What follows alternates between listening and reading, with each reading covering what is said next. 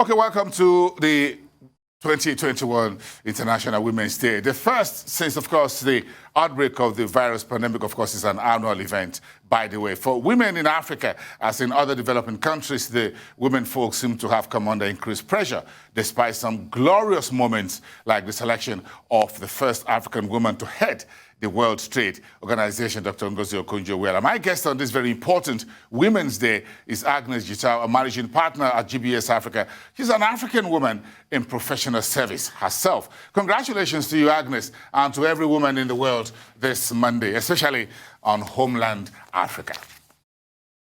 Thank you very much, Boston, and a happy International Women's Day to you. Some folks says the whole days in the world are for women, by the way. Even Valentine's Day is for women.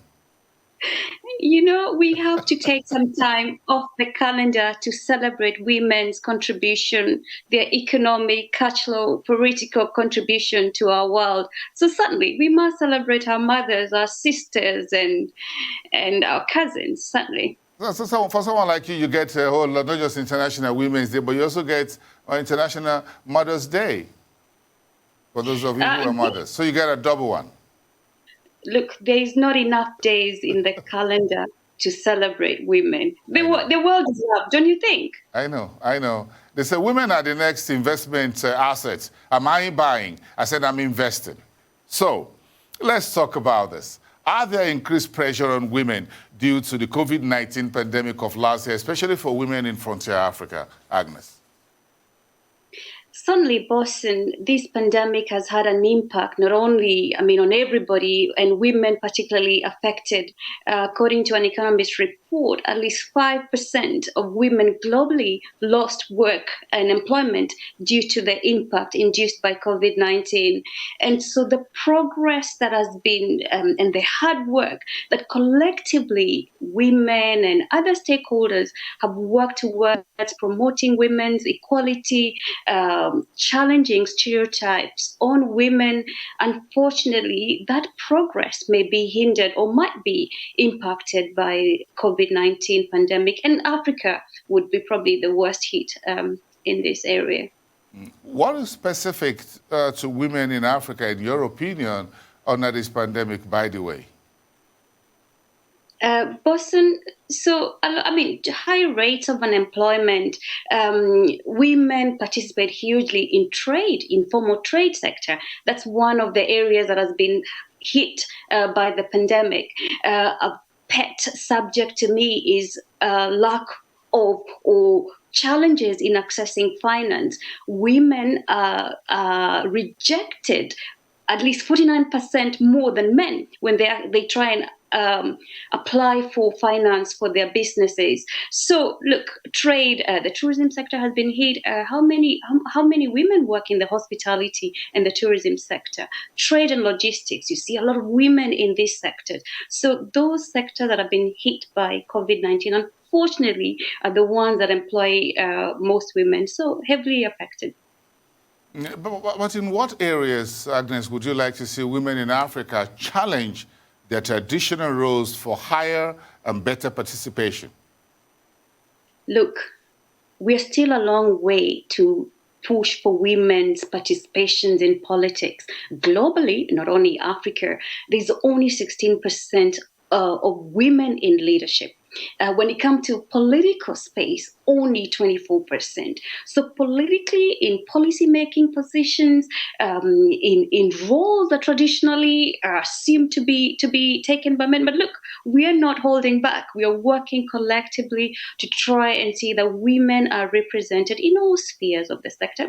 What do women bring? They bring compromise. They bring negotiation skills. And as the former president of Liberia said, a world that is led by women is certainly a better world. So all sectors, we need to push for women participation in all areas of the society. And we have to look at women. They're not just women. We are leaders. We are teachers. We are engineers. We are whatever the society needs us to do. Whatever a man can do, Boston, a woman can do even better. Yes, I love that. You're looking at the images of Dr. Ngozi Okonjo-Iweala during her campaign for the WTO Director General. She said that famous line that everyone will remember, and I'm the woman for the job. She didn't say I'm the person. She said, I'm the woman for the job. And she got the job. Absolutely. Look, it's not even about quotas. We can compete at par. I know there are some calls that, especially in this, and when you're celebrating International Women's Day, that women should be given preferential quotas so that we can access positions, we can be pushed to position. But I tell you what, women can compete. And when we are teaching our children, boys or girls, women can compete at par. Given the same opportunities, we are very well positioned to compete at the same level with men. Okay, so in terms of African women professionals like yourself in key economic decision making, do you think you're being left out when it comes to critical economic decision making by fiscal policymakers in Africa?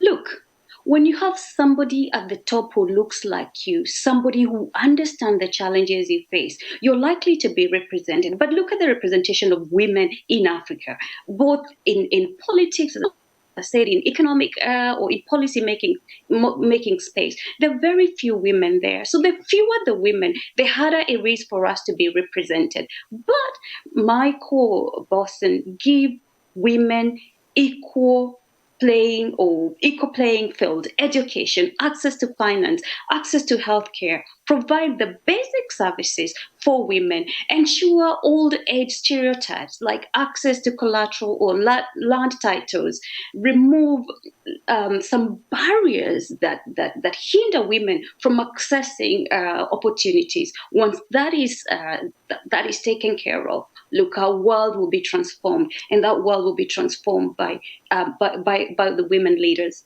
Are you hopeful, on a final note, Agnes, are you hopeful that by next year, 2022, International Women's Day, we would have seen some improvement on the African continent, considering what AFDB, Afreximbank, and African Union and others are doing? Look, if the African continent can unlock the challenge that women face, what's that challenge?